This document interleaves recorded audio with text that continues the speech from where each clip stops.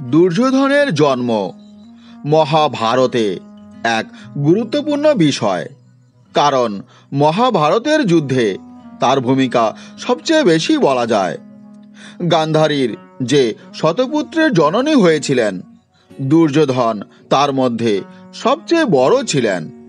এখন প্রশ্ন হলো যে দুর্যোধনের জন্ম কিভাবে হয়েছিল। তার আগে হ্যাঁ বন্ধুরা, যারা আমার চ্যানেলে নতুন তারা অবশ্যই এই চ্যানেলটি সাবস্ক্রাইব করে নেবেন। তো বন্ধুরা, চলুন জেনে নেওয়া যাক দুর্যোধনের জন্ম রহস্য।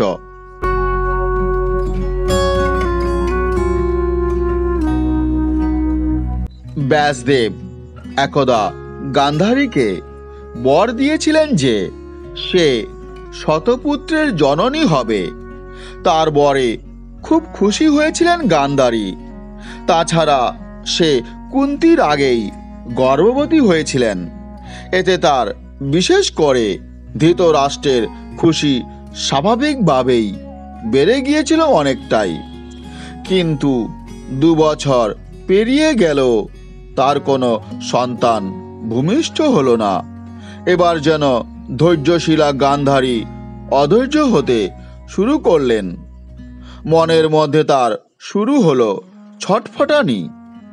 তার মধ্যে কুন্তিও আবার গর্ভবতী হলেন, আর গান্ধারীর ছটফটানি যেন এবার বেড়ে গেল শতগুণ।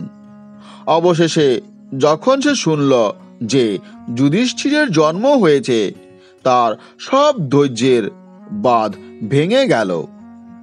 সে আগে গর্ভবতী হয়েও সন্তান লাভ আগে কিন্তু কুন্তিই করল। তাহলে যে ব্যাসদেব তাকে বর দিয়েছিল যে সে নাকি শতপুত্রের জননী হবে, কি হলো তার?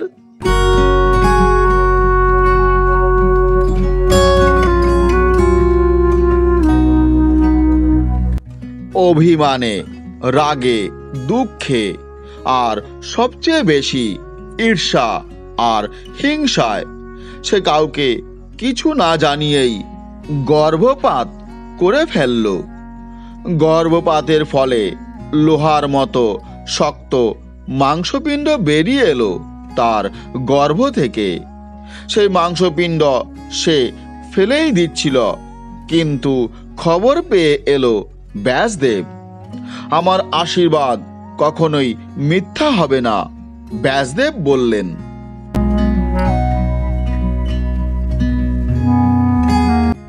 তারপর ওনার নির্দেশে শীতল জলের পাত্র আনা হলো। সেই পাত্রে মাংসপিণ্ডটিকে ভিজিয়ে রাখা হলো। কিছুকাল পরে সেটা থেকে আঙুলের সমান 101টি ভ্রূণ আলাদা হলো। তখন ব্যাসদেব 101টি ঘিয়ের কলসি আনলেন, আর তাতে ভ্রূণগুলোকে ভিজিয়ে রাখলেন। 1 বছর পরে একটা কলসি থেকে জন্ম নিল দুর্যোধন। সেই একই দিনে জন্মগ্রহণ করলেন পাণ্ডুপুত্র ভীম।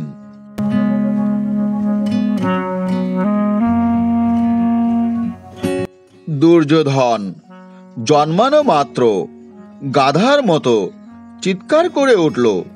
সঙ্গে সঙ্গে ডেকে উঠল শিয়াল, কাক এবং দেখা দিল অন্যান্য কিছু দুর্লক্ষণ।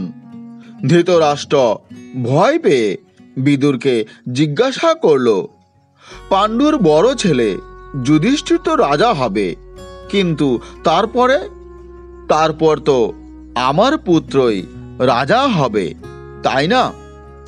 1 বছরের ব্যবধানে জন্মানো 2 ভাইয়ের মধ্যে বড় ভাই না থাকলে ছোট ভাই রাজা হবে, তাই তো? এই প্রশ্নের অর্থ কি? এটা নয় যে ধৃতরাষ্ট্র যুধিষ্ঠিরের মৃত্যুর কথা ভেবেছিল। পুত্র স্নেহে অন্ধ ধৃতরাষ্ট্র এই যে মনের কালো দিক, সেটাও দেখতে পাওয়া যায় দুর্যোধনের জন্মানোর শুরুর মুহূর্তে।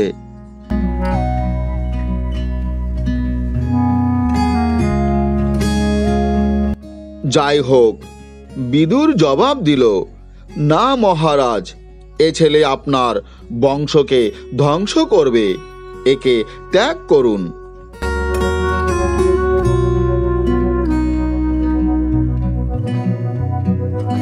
আজ এ পর্যন্তই। ভিডিওটি ভালো লাগে থাকলে অবশ্যই লাইক, শেয়ার এবং কমেন্ট করবেন।